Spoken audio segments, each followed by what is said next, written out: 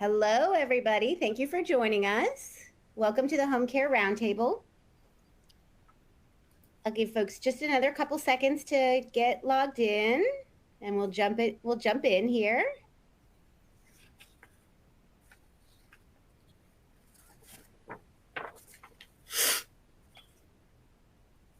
All right, looks like we've got a lot of folks online. I'm going to go ahead and get started. I'm Hannah Wolfson. I'm editor of HomeCare Media, and I'll be hosting this event. Thank you all for joining us, and welcome to Improving Home Care Outcomes Using RPM. Today's event is sponsored by CareXM. Today, we're going to look at some common challenges providers face when developing a remote patient monitoring program and look at some solutions. And you'll have lots of opportunities to ask questions of our experts, and we've got some great ones here today. I'm really excited for this. Let me tell you a little bit about CareXM, our sponsor, first. CareXM's patient engagement platform and virtual care offerings, including clinical and nurse triage and non-clinical answering services, are used by 4,500 home health and hospice organizations, physician services, hospitals, and many other care providers across the United States. All their services are HIPAA compliant, available 24/7, and can be integrated with providers' existing electronic medical record and scheduling platforms. You can learn more at carexm.com. Now, let me take a moment to introduce our panel. I'm going to start with Bonnie. Hi, Bonnie. Hello. Bonnie Britton is CEO and Executive Director of Reconnect for Health. She has dedicated the past 23 years of her career as a nurse to advancing the adoption and implementation of telehealth nationally and internationally.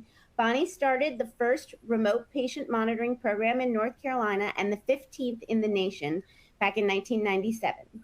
Under her leadership at the time, Vidant Health implemented a post-discharge remote patient monitoring program at 7 hospitals. Before that, she implemented the first RPM program at an FQHC, which in 5 years demonstrated statistically significant reductions in hospitalizations and bed days. We've got Rhonda Gregg here. Hi, Rhonda. Hi. Rhonda brings many years of experience as a nurse, particularly in home health, to the Reconnect for Health team. She pioneered one of the first RPM programs in a home health setting in 1995. Throughout her career, she developed and successfully implemented telehealth programs for patients with chronic conditions in the home health setting. Rhonda currently serves as Chief Nursing Officer for Reconnect for Health, and she's enjoyed seeing how experienced nurses providing remote care can make a big difference in patients' lives. We got somebody else from the Reconnect for Health team, Marcia Ream. Hi, Marcia. Hi. Marcia has more than 39 years of nursing experience working with adult health and chronic disease management. She has provided thousands of hours of pain management education and consultant, mentored hundreds of students from all areas of healthcare, and provided clinical expertise and support to nurses at the bedside.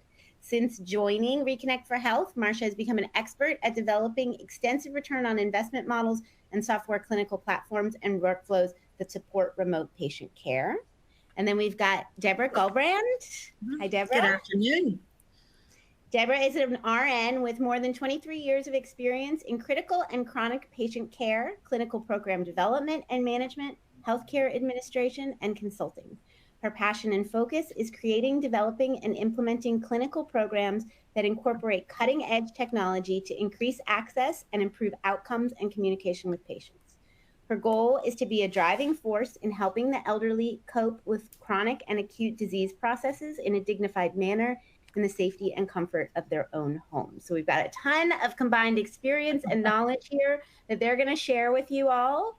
We're going to jump in and get this conversation started. The point of this roundtable is for the audience to ask their questions.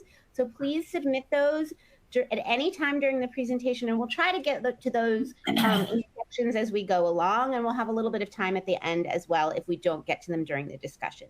You may have to move some of the blocks on your screen around to find that Q&A block, but hopefully you can find it pretty easily and just type whatever questions you have in there for us. So I'm going to start us out a little bit with a poll here, and then we're going to talk a bit about the growing role that RPM is playing in care in the home right now, how we've come here, and kind of get a little bit of an idea of the scope that we're talking about. So you should be able to see the poll on your screen now. And you'll have just a few seconds to, nope, it doesn't look like it's up there. Hold on just a second. Let me get that one to you. Okay. Should be seeing it now. Go ahead. Sorry about that little glitch. Go ahead and tell us a little bit about yourself. Where do you fall in these categories? And we'll give you just a few seconds to do that.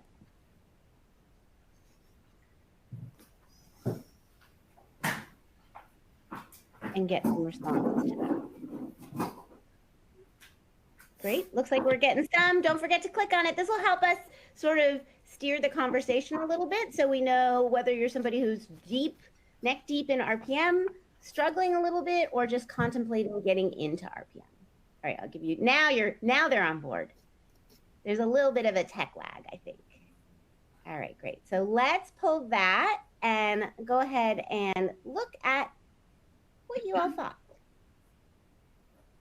So what we've got here is, I don't know if you all can see it, but it looks like more than half are planning to implement an RPM program soon. About 37% currently have an RPM program, and about 10% have had one in the past and were unable to sustain it. So we're going to talk a little bit about some of the challenges that come up in those cases and some of the things that you can do strategically even before you get your program started. And I'm going to start with Bonnie because she's been doing this probably for the longest. Can you talk a little bit about how you started out in RPM back in those early days? What kind of capacities it had and what the patient responses were like? Okay, sure. So really happy to be here to spend some time with you this afternoon. I did implement a remote patient monitoring program in 1997.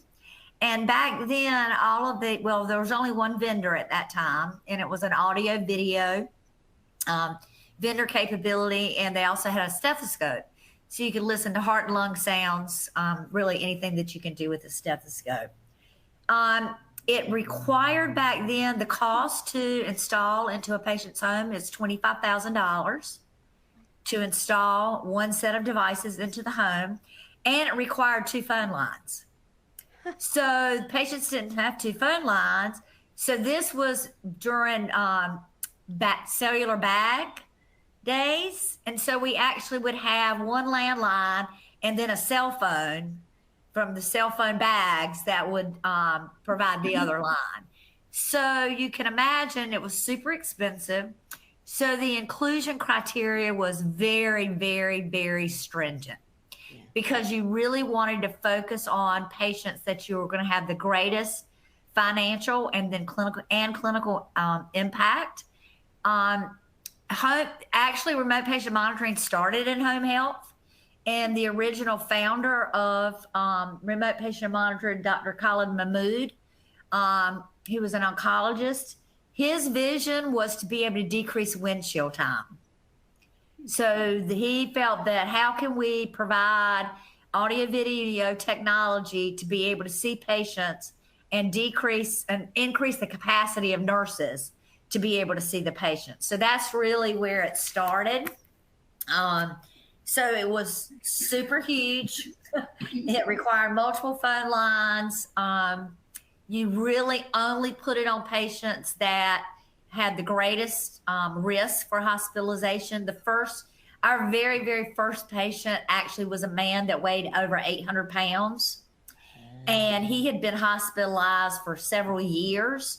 And with the technology, they actually were able to go out into this patient's home and redo the bathroom and get him back into his home at 800 pounds. And then we're able to use the audio video technology to care for this patient in the home. So that's kind of where it started. So since then, things have really, from 95 when Rhonda started, around 2000, it was really all audio video technology. And then in 2000, remote patient monitoring came out where there was not the audio video. It was just collecting data and answering questions. And so over time, things have morphed back to having tablets, having the ability to have apps on phones, etc. Lots more ways to transmit data didn't have to have two phones. You now can use cellular, you can use PERS devices, et cetera. So it really has opened up the market. In response to that, prices have gone down dramatically. We were seeing that trend happen from 2000 on. What we really have seen is since CMS has started reimbursing for remote patient monitoring, and they have set what they will pay on a 30-day episode for the monitor and the patient, people doing the monitoring. That really pushed down pricing. And it pushed down pricing, so it's more of a per patient per month type pricing. So as a result of the pricing coming down, what we now have seen over the last several years is everything is much smaller, it's cheaper, it's faster, it's quicker, it's more reliable. And in the past, everybody really focused all their attention on the devices. I think devices are absolutely important.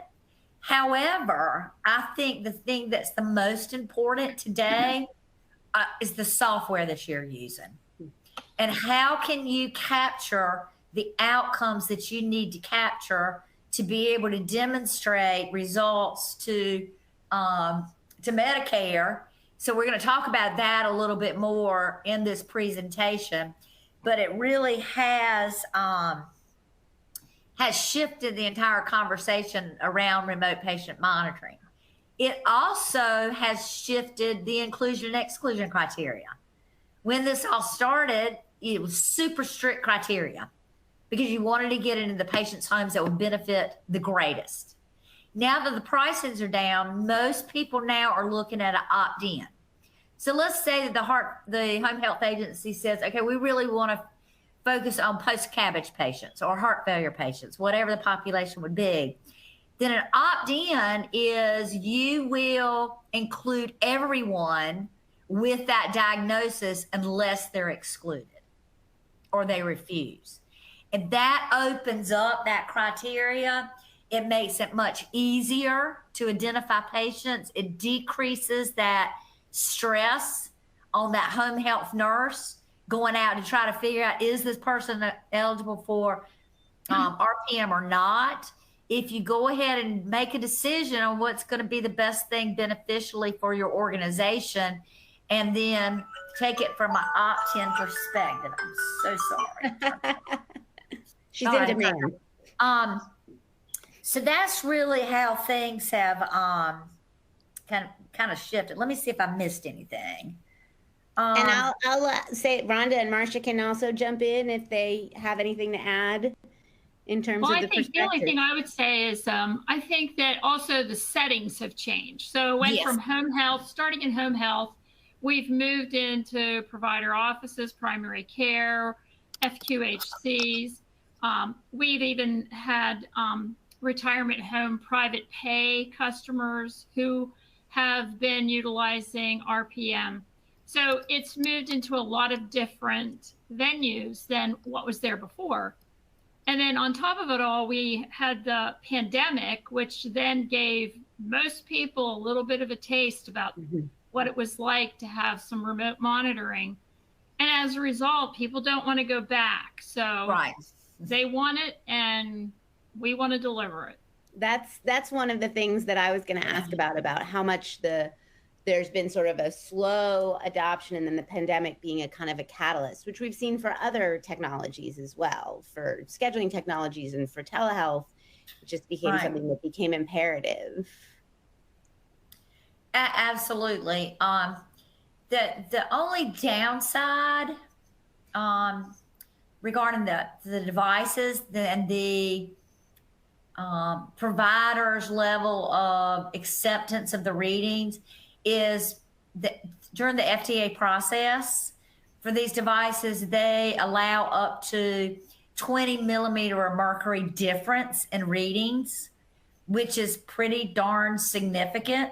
So you're seeing now a shift of organizations going toward cheaper and cheaper devices which may not be as accurate as they need to be. And then to me, more importantly, is they don't have the software. And again, we're going to talk about that. But if you have we've been working with customers where they've been using software where you can obtain the outcomes, which we're going to share some of those outcomes. Mm-hmm. We have other vendors that we work with that we can't pull any outcomes because the software doesn't allow it. So my message today, if you don't walk away with anything else, is make sure you understand what you're trying to measure, what your return is going to be, and then are you going to be able to capture that data within the software platform? And I know we're going to jump into that and talking about how important data has just become in general in our industry in recent years and with the shifts that we're looking at. Talk a little bit before we get into that about maybe some of the questions you might get from folks as they're starting an RPM program. Is there something kind of overriding that you find? I guess is it mostly about what do I do for the devices and what do I do for the software, or are there other things? Well, usually when we're contacted by someone who is interested in starting a remote patient monitoring program, they usually start off with questions regarding the devices. Okay. And so we talk to them about the devices, and then we immediately get into the information regarding the software. Mm-hmm. Because 26 years ago, everybody didn't have devices. Everybody now has devices. It's who has the best software platform to be able to demonstrate your outcomes. And so a lot of people don't understand the purpose of remote patient monitoring, which is trending data over time. Yes, it's important to look at abnormal alerts. It spiked here, it went down here. But really, RPM is about trending that data over time, giving those trends to the patient's provider so that they can determine if their medical regimen is working or not. And so a lot of providers will get really caught in on that.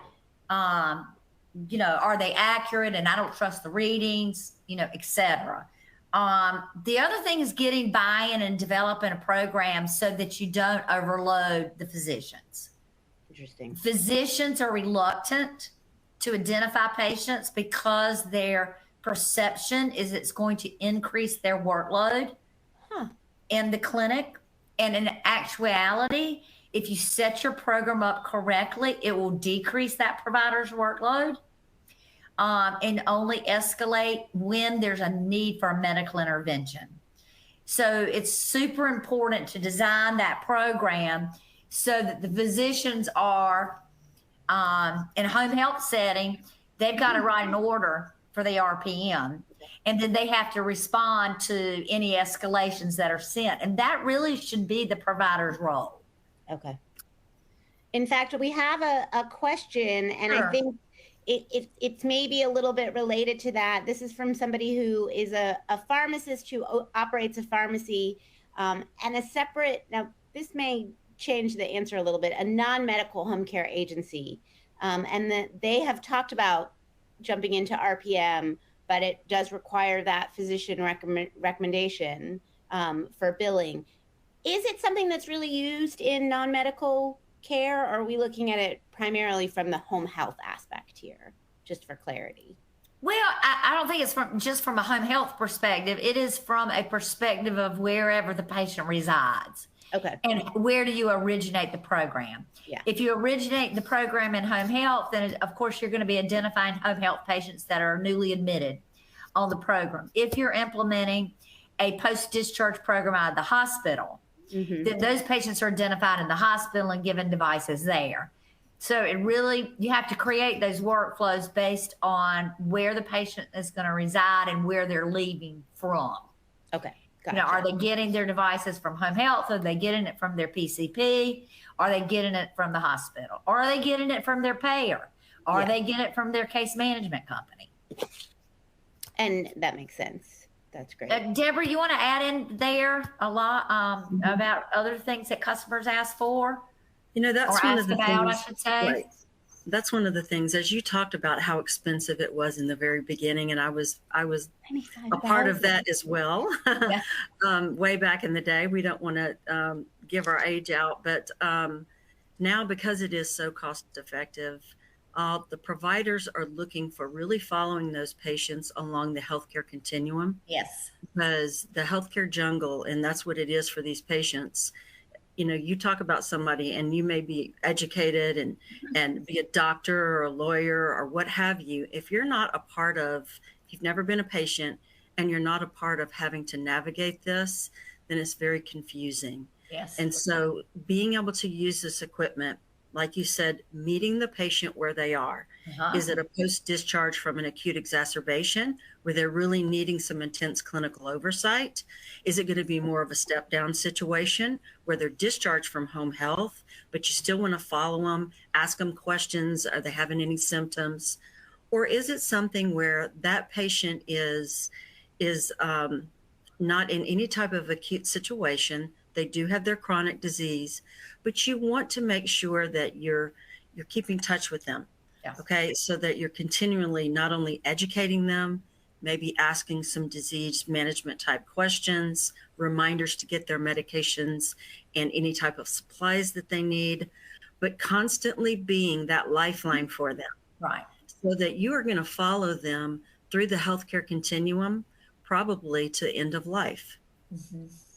Interesting. That's a great And way to frame I it. would just add to that because you said it very well, Deb, and that when we have come alongside and provided remote care for our home health customers, our goal is that we've been an extension of the home health nurse.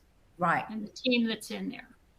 And we understand that, there's limited time. OASIS takes forever to do. I know, I've been there for many years. So all those things are the challenges that home health agencies, I think, have. And I think that just the fact that we try to build a relationship with the patient so that we can actually reinforce what's happening in the home by the agency. That's great. So there's a couple of questions related to billing and that sort of thing. And I just want to bring that sort of up for a second. The only way you can bill for remote patient monitoring services is you can have a provider who is dropping that bill based on those CPT codes that were developed. Or B, you can have a Medicaid only population, and most states have individual Medicaid payment systems, but you can look for the state that you're in, and those change on a yearly basis. So those are really the only two. And there was another question here related to private pay. And I would say that is probably close to a direct to consumer approach, as well as most other insurances. It will depend on what insurance carrier you have, may pay for services or they may not. And that's going to be individual based on the payer source. But there are only two global ways to get to bill, and that is to have a physician provider or a provider who is licensed to drop that bill after meeting those CPT code criteria, or direct it to Medicaid only populations. Okay. And that may evolve in the coming years as well, especially if CMS changes their approach to this. Right. But, yeah. Yes, And there's a question in the chat from Kathy Swartz. How do you overcome the barrier of patients saying, I don't understand technology, I don't want telehealth? Well, number one, I never use the term technology, period. You approach the patient. We want your physician or our home health agency as a part of the continuum of our care. We offer this service for you, and this is an extension of our program. So I don't use the word technology at all. No devices. This is a program that has been proven to help patients stay at home and manage their disease. And that's really hard to refuse when you phrase it that way. Right. That's and great. You've been chosen to participate. It isn't something that every patient is a part of. And so it is something special, and you're being given something that not all patients get to receive. Right. That's great. And the other important thing with that is the software, what Bonnie was mentioning before, and making sure that you have the right kind of software. So for instance, with CareXM, we're able to actually send out patient satisfaction surveys. Mm-hmm. So we have had patients like remote monitoring. We've had like 94% satisfaction rates on patients who like remote monitoring. Over 92% that would actually recommend it to other people. They realize that we're building a relationship with them. They get used to the nurse that's talking to them, and they actually really love it. And they're getting more one-on-one experience and with the nurse, and the nurses like it because of that as well. They feel like they're able to really spend time with the patient and build that relationship. So I think it makes a difference, not only in what measuring your outcomes, but what other features does the software have that can help you get some of this data that you actually need to support your program. That's awesome. All right, we're going to jump forward. We're getting a lot of questions, which is fantastic. Keep them coming. We're going to kind of spread them out throughout. But I know we keep saying we're going to talk outcomes. We're going to talk outcomes. So I want to make sure that we do. And one question is asking, I think in reference to your focus on using the data holistically and to look at the kind of long-term development of the patient as opposed to emergency management. Is that why we see most articles indicate long-term use of RPM? And that's probably going to be what gives us the data that you're going to show us here. I'm going to give you all another poll before we jump in to see what you all are looking for in the possibility of implementing an RPM program. What are your priorities? Are you looking at reducing your hospital readmits, reducing your ED visits, improving your CAP scores, or just general management improvement of other clinical conditions? So get people responding to that, and then we'll jump in. And while they take that, Bonnie, why don't you just take a second and tell us a little bit about where some of this data that you've got comes from? Okay, sure. So one of the things that, and I just want to highlight this, and I know everybody on the call is aware of this, but as you know, this is the first year where home health is really looking at for value-based care. And so one of the things that we had done is looked at what they are looking for, and of the measurement categories, which of those measurement categories do we see that remote patient monitoring can have a direct impact on? And in doing that, I think from the OASIS question, the one of them is improvement in dyspnea, which you definitely can obtain that information out of CareXM. Like one of our home health agency customers, they did not, 90% of their patients denied increase in shortness of breath. Those were COPD patients over the course of monitoring them. The other measurement categories are discharge to community. Can RPM play a role in that? Well, absolutely it can. Improvement in management of oral meds, that can be utilized for remote patient monitoring in many different ways.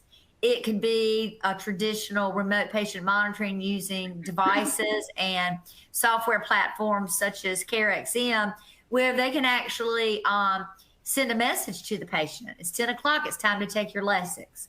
All the way to there's medication dispensers.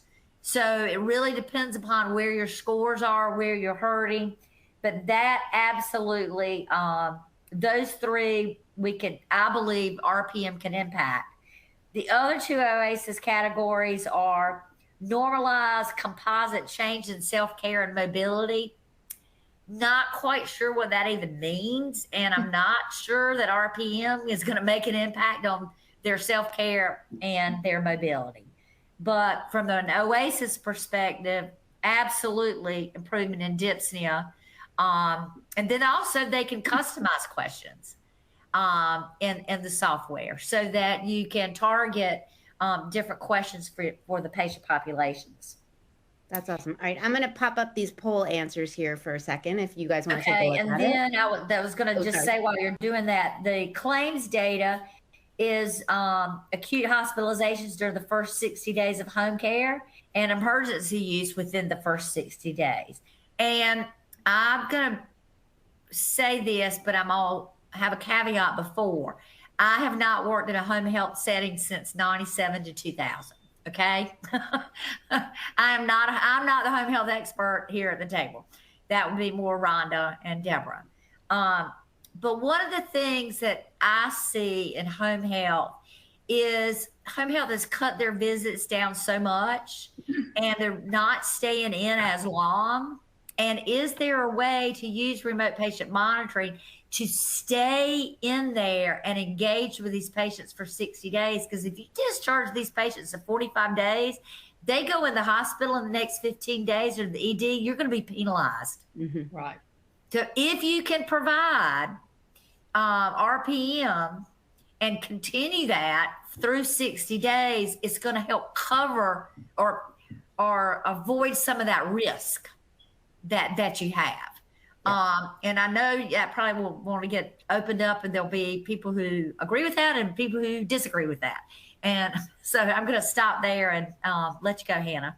And I was just going to look at this. You mentioned decreased 60-day acute care hospital readmits. That's about 31% of people.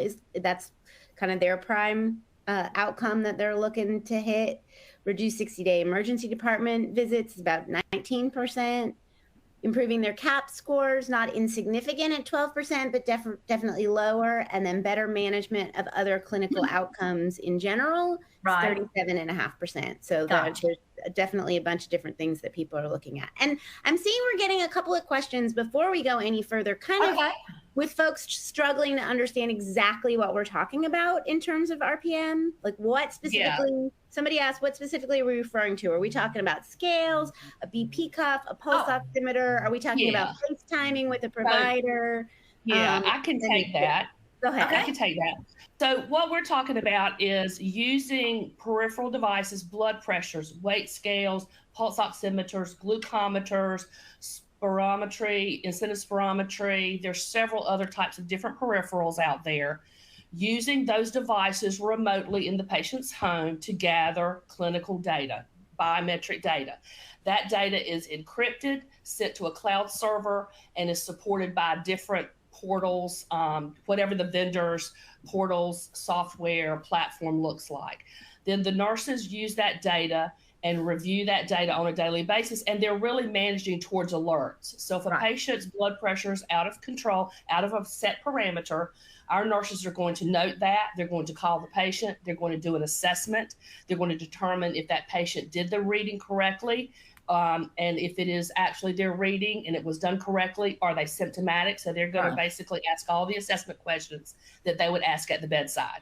And then based on that assessment, they'll determine if a medical intervention is needed, which then gets escalated to a provider for a possible intervention. So that's the remote patient monitoring basics, is what we generally do. And that person is taught how to do those readings properly. And our nurses continue to encourage and engage them to do that properly.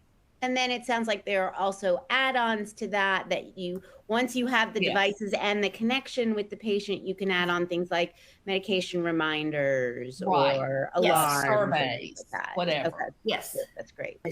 Absolutely. You can even use that in combination.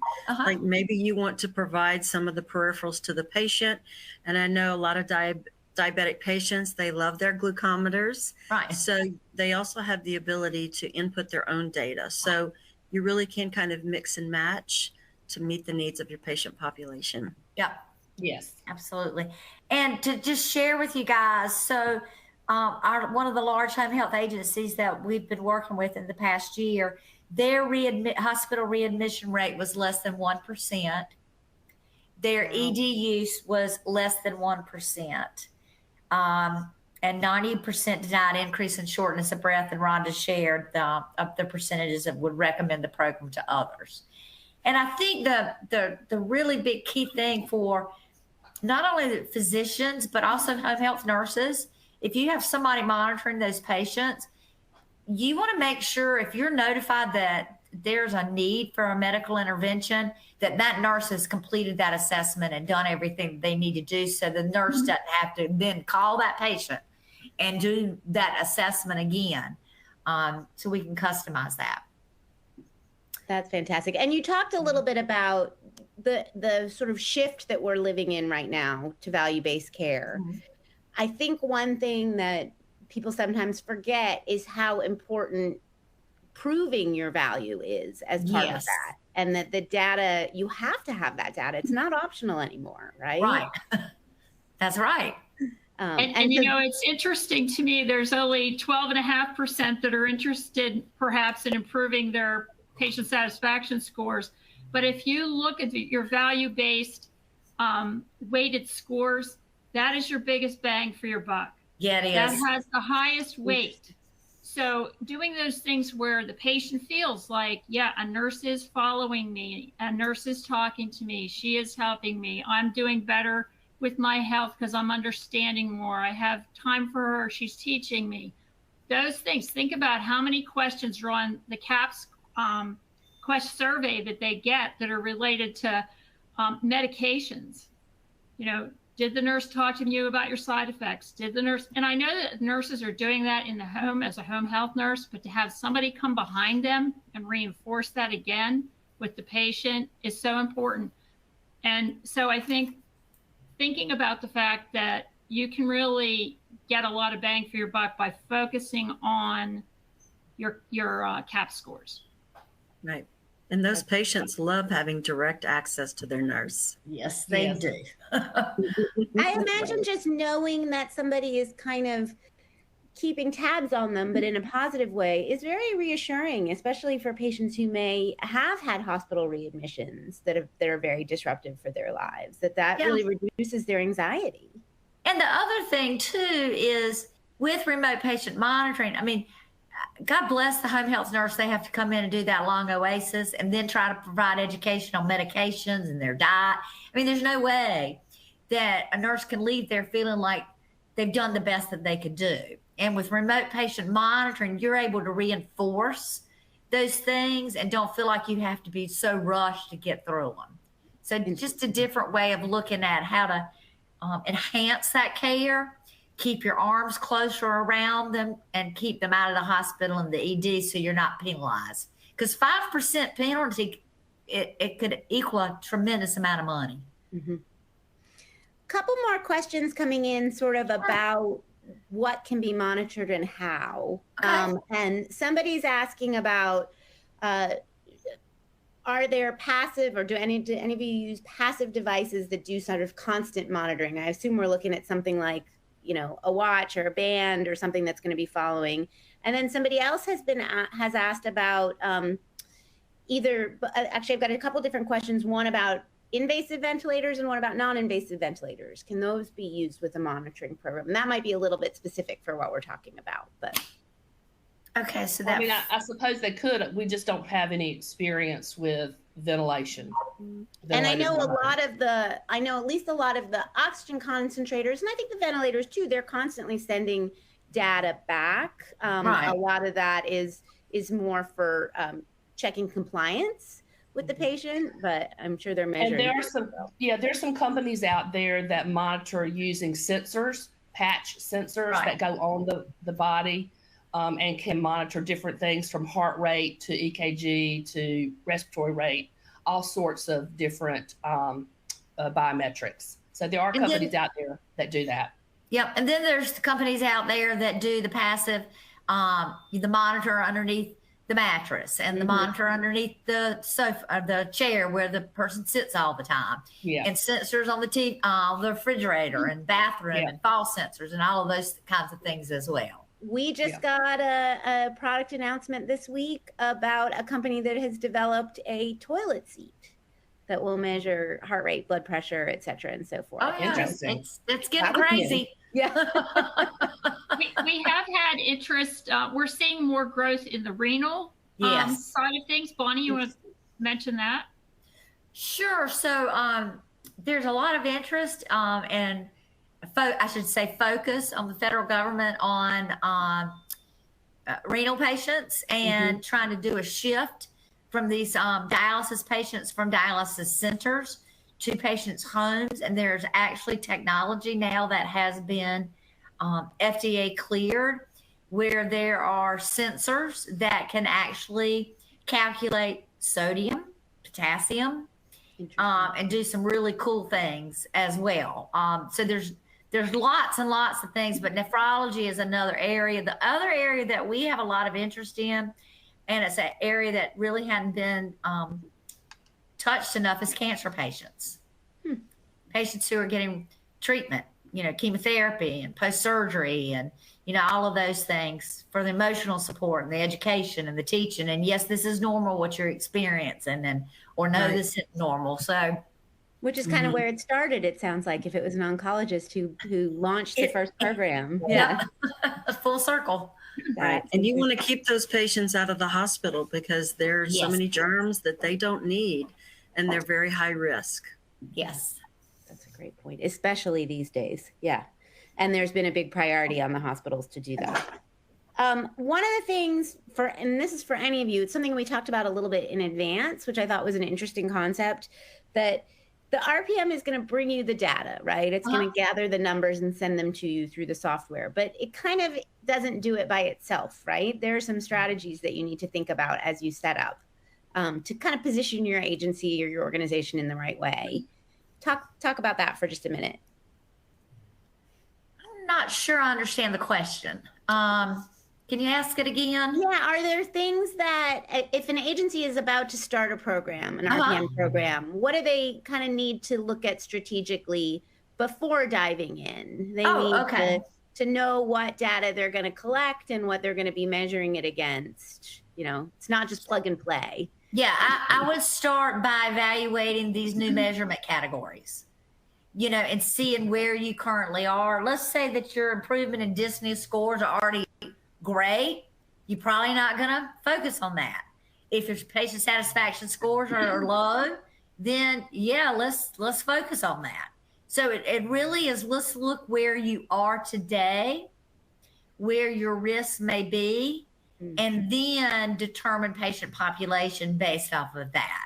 And then once you do that, then you ask the question, okay, we know the patient population we want to focus on. What data must we be able to collect and demonstrate a return on investment, whether that return on investment is financial and or clinical and or satisfaction, but that those things are addressed. Okay. And then the matter of putting a workflow together, that's not difficult when you're working with vendors who have clinical support teams.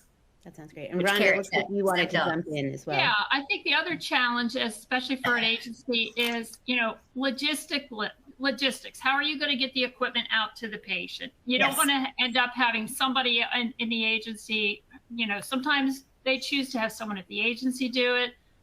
You need to think about that whole piece. Do you want to actually have that equipment coming back in, have a place where you're having to refurbish it and clean it? For those of you that have a DME, that might be an easier piece that, you can do.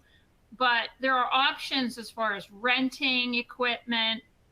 There are many providers. I know CareXM is one that can actually ship the equipment to the home. It comes out of the box already ready to use. It's all synced together, so it makes it easy for the patient. You make a simple phone call to them and go over how to use it, how to set it up, and all those things. So that whole piece of how you're going to do it logistically. I can remember in the day when I was doing this in a home care agency, I have a picture of a nurse who was carrying about 6 different pieces of equipment with her that she was dragging out with also pulling a luggage bag behind her that she was going to take to the patient's home. So that's the other thing that's changed a lot. Now it's a whole lot easier to get the equipment to the patient. So you want to make that piece easy on yourself. You don't need to take on all that extra work. Yeah. That's great. Well, we're going to talk a little bit about some of the challenges that come with with starting or maintaining a program like this. But before we do, we've talked a lot about the patient outcomes and the data collection, but there are some other benefits out there as well. I mean, you said, Bonnie, that when this started out, it was mostly to reduce windshield time. That still stands, right? That does still stand today. Absolutely. And these days, when staffing is such a struggle for so many organizations, are there benefits sort of organizationally or in terms of retention that RPM can bring? Yeah, and I want that to be opened up to everybody to be able to chime in. Trying to think exactly what I want to say on that. Does anybody else want to start? Well, you did talk about one thing that is really important right now. Staffing issues have been at an all-time low, and I don't see that changing anytime soon. But also having that satisfaction for the nurses that are working. Yes. They're just so burnt out right now. And, we're just now dealing with an organization, and they've done an amazing job at combining telehealth with their home health nurses so that, it's just the nurses that are watching those patients via RPM are working in conjunction with them so that now you're decreasing the need for the wellness visits. And so a nurse isn't going out to the home just to visit and get vital signs. All right. They're actually going there when the patient really needs to see them. So the nurses aren't overloaded with hours and hours of time on the road going to see patients. And, I remember being in home health, working all day and then charting until, 9 or 10 o'clock at night, which can be brutal. So really having, giving some of that nurse's life back to her so that she's able to have some satisfaction with that. Yeah, Deborah, that's great. And it also makes me think toward, what hospitals are doing with virtual care is they've identified things that nurses have to do that burn them out. And it's just hard work, routine work, admissions, discharges, some of those things. Focus on what are those things that are burning your nurses out other than OASIS, because that has to be done in the home. But what are the things are burning your nurses out? Do they feel like they don't have enough time to provide education? What is it? And then having an extension. And I think that's an important point, is whoever provides the monitoring, whether it is you hire someone to do that or you outsource that person is an extension of your organization. And let's face it, that way. You want your nurses working to the top of their license. So being able to coordinate and have some of those non-clinical people working in the program is also very important. So working with an organization that's going to be able to help you structure that, that's a key element of it. That's great. All right, I'm going to throw one last poll. We're running a little tight on time here. But this is to look at what some of the big challenges might be. And I know we've touched on some of them already, but just making sure that people kind of know that there are solutions for these. And actually, people have asked about some of the challenges, including one of them that you, I think, touched on before about kind of overcoming the physician anxiety about this. Or their bias about it, or you've also talked about patient willingness. Can you use some of these stats that are out there to kind of convince physicians that this is the right way to go? Absolutely. Absolutely. The more data you have, the more you can take it to the providers will get those outcomes. And I think it's important in home health. The providers need to know, but the nurses need to understand the outcomes and what have occurred with these patients to gain that buy-in as well. Because a physician order in home health RPM, the interaction is among those home health nurses. And so I think that's important. That's great. All right, let's take a look at these results here. We're going to keep it quick. Push this out there so everybody can see it. You got something, Marcia? No, I was just looking at the results. Oh. Yeah, I thought that people hadn't responded at first because identifying the devices is apparently not a worry. nor is patient identification and enrollment. Obtaining provider buy-in, 50%. Big number there. Okay.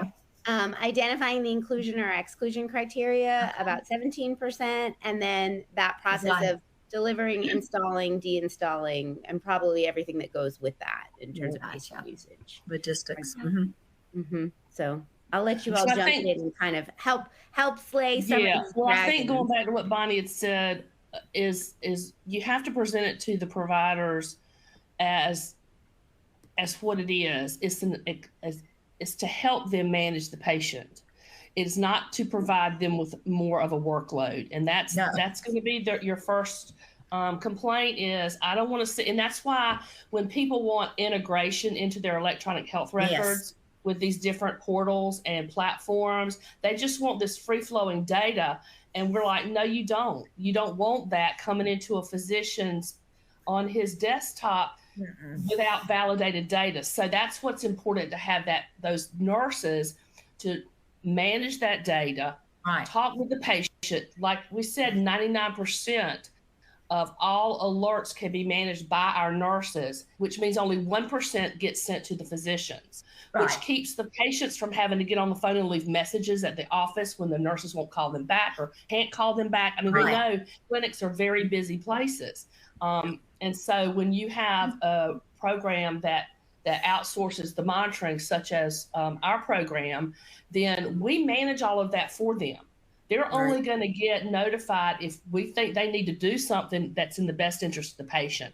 So I think it's important to present it that way to the providers or to the teams, get their early input into what they like or don't like, and then help them understand how that can be managed. So kind of working backwards from that situation. I think another way that will help you, and you can always find one, is you need to find a physician champion, a provider champion, somebody who you can talk to who is definitely going to be your seller for your program. Because physicians will listen to physicians. And if you can get a champion that can help sell your program and support your program, that's very helpful. You also need to have somebody in management that is also going to be your champion, because you need to figure out how, you're going to justify it, and and you need somebody like that who's going to help you do that. That's a great point. That's great. What about the look at the device delivery, installation, deinstallation process? So, you talked a little bit about the logistics, and I think some of this is maybe fear of patient fear to a certain degree. How do you overcome that? The patient fear? Yeah, I think it's the providers, it's the agencies being afraid that the patients are going to be afraid. Does that make sense? That you're going to have to do a lot of management of patients to get them to actually utilize this. I think you would be surprised at how many people are much more adept at technology these days. I mean, I can remember like when Facebook first came out and my older sisters got on it, I thought, oh no. And they were doing all kinds of crazy things, didn't know how to do it. Now they're like they're 80 and they're real with it and they know how to do it. So, I mean, I think it's much different now. Plus, I think the pandemic made a difference there. People got used to having these kind of calls. You have a lot more of experience by older adults with using this kind of technology. So I think that makes it a little better. Yeah, the technology is so easy to use. The hardest thing they have to learn how to do is put on a blood pressure cuff, unless everything has to be downloaded on an app to work. That's where you see patients that people ask, do you have a smartphone? Sure. That question is, do you know how to use a smartphone? Do you know how to download an app? Yeah. And that's when you get the answers of no, I don't. And how many times do you have to download an app? How much time is that going to take? So the easier you can, just give them devices.